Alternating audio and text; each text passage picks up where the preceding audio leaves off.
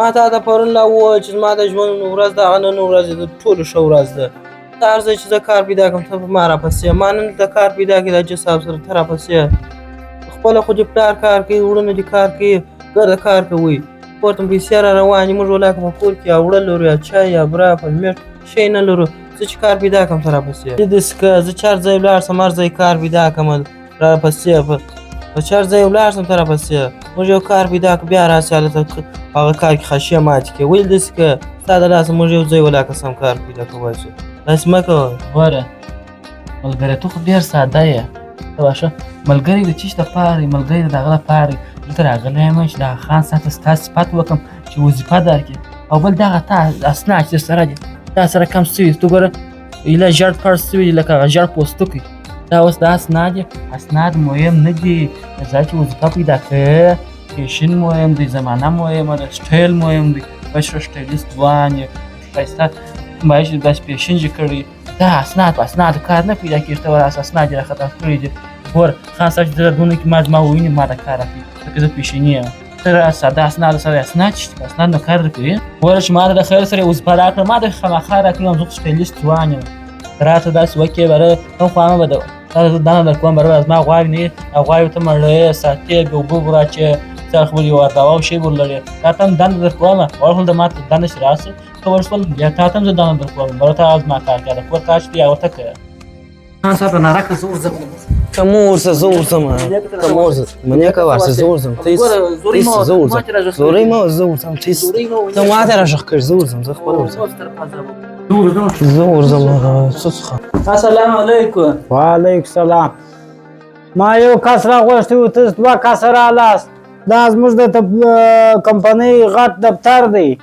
سړی نه کې په ادب راشي په ادب کښېني ما ولې پوښتنې ته غوږ ونیسئ سبا دغه زموږ د کمپنۍ په شرکت کې یو کار پیښ شي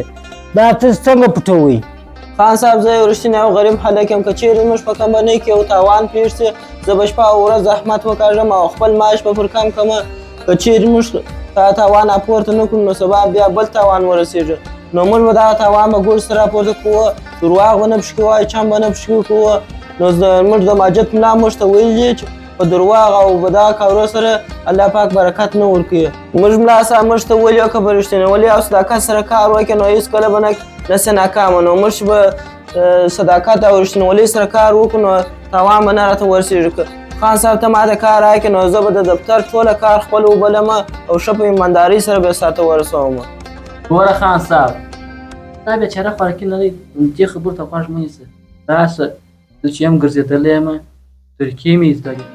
کمپیوټر کې مې خالي څو پروګرام یې زده دي دغه پروګرام نه یو هم چې هر چا کمپنۍ ته چا څومره غټ تاوان ورسېږي دا به راولاړ شم دا پروګرامونه زما یې زده دي دا به دغه راولاړ شم دغه تاوان چې د کوچنۍ کمپنۍ په غاړه به واړوم تاوان څخه به موږ خلاص شو د کمپنۍ رنګ هم نه وبدېږي ته واښه نور دغه کارکوونکي ماشینه به لا په دغه کې راوبوسوم چې یم ډېر رسېدلی یم په دې شیان کې دا خوارکۍ خو څه پوهېږي پخوا زمانې سړی دی په هېڅ شي سر نه خلاصېږي باید د هغه رښتینولي ته صداقت دی بل کار نشته ته راز وایي زه داسې رښتینولي سره کار کوم داسې په صداقت سره کار کوم ده کار دغه یعنې خیرات هم دی پشي کوي نو خان صاحب دغه چې نیم پروګرامونه مې زده دي نو تا ما ته راکړه ما رقم کارګر شي ته نه څه پیدا کولی چا څه وګرځېږي او زما رقم کارګر نه څه ورنګېږي زه چې یم غټ هیکر یم هر شی چې وغواړي هغه درته هیکولی شم. زما دومه پوښتنه د ژبې او چلند ده زموږ و دفتر ته یو لچک رئیس څنګه سلوک او اخلاق سره کوئ چیغې هم د بنې وی نارې هم د بنې وی تاسو څنګه اخلاق سره کوئ باره؟ ګوره خان صاحب که زموږ دفتر ته څوک راسي ډېر داز ورغلی نو زه به اوله واره ښې چای پخې کړم او د کلي پوښتنه به ورڅه وکړم چې په کلي کې څه حالات وه دا خو د شیطان کار دی نو زه بیا ورته وایم راسه وروره کښېنه دا ورور ستا په خدمت کې دی څلروي ساعته نو که بیا هم هغه رقم یې غوسه نه سوه سړه نو بره به زموږ د کلي د مشرانو په رقم لاس پې ورمچ کړم او نور به داسې خدمت ورته وکړو د دفتره بیا ښه په خوشحالۍ سره رخصت کړو. خان صاحب ته څه د کمزورۍ خبره دا وکړه ته به اوس پر لاسور مو ښه کوي وایي زه د لاس مچوم دا خو بیخي کمزورې خبره ده دی نه پوهېږي هغه چیغې په ویي دی به راولاړ پر لاسور یې موږ خدای پاک چې راوړه ستړی مه سې چای به پخې کړم دا وکړه راولاړ شه دوی چیغې او جنجال یې جوړ کړي راولاړ شه ټلیفونه جوړه راوکړه ویډیو جې یې وکړه چې ویډیو چې وکړله دا کله ټیک ټاک فیسبوک یوټیوب انسټاګرام دې شان ته پورته چې پوره دې کړله چې وایرل شو ته واشه وایرل شو بله کمپنۍ نوم هم ورسره ورکړه هم دا ویډیو په میلیونونو ویوز واخلي هم به دې کمپنۍ په ټوله نړۍ کې ورسره مشهوره شي نړۍ سره زموږ کمپنۍ سیار شي داسې هم کمپنۍ نوم روښانه شي هم دغه سړی چې داسې بیا دغه سړی زموږ دفتر ته راغلی داسې جنجال یې کوي چې دې ته اوس زمانه چې د وایرل کېدو ده نه دا چې دی موږ ته ستړي مه شې جوړ په خیر څنګه یې دا خبرې ولاړې اوس چې د وایرل کېدو دي هم کمپنۍ دا رقم وایرل شي خان صاحب طریقه نه زما دي طریقه یې هغه زما شي د پیدا هم راشي کښېنې او داسې وکړم طریقې چې زما سره کتاب یې پورته توبه مغزه مو راوخوړله دا زما کمپنۍ ده دلته تاسو د فیسبوک اوس د ټیک ټاک خبرې کوئ زما اخري امتحان دغه دی دغه زما د پورنر کلیان مې دلته کښېښولې زه ځم بازار ته هغه بیا راځم غواړم چې وګورم چې تاسو زما د موټر ساتنه څنګه کوئ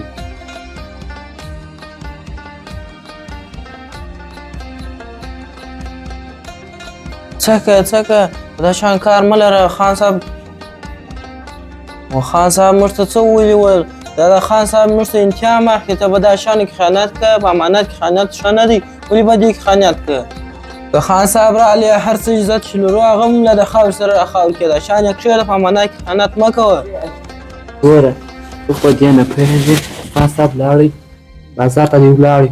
ورته چای وڅښم تر هغه ولاړ به شو دا قیمتي موټر دی دا ما ته چې 3 کاله کار وکړو نیک دغسې موټر نه وي خالي دا یو ټیر یې رانیسو دا خو ګران قیمتي موټر دی هغه ولاړ شو کرا بیا وتښتوه هغه نجلۍ زما سره شته روانه کې تا ته به مې دا خوشکې دا کوم لاړ وسو بازار کې ښه منظرې هم وکړو حاجپان غمازان دوستان قریبان لرونه دي کور ته پایکشین په وکړو نوی موټر دی بیا ولاړ شو دلته وتښتو پسې خرڅ به هم کړو ولې شکونه به وکړم چې 3 کاله کار وکړې نه دغه موټر یو ټیر ته منې کرانې ته ویل څه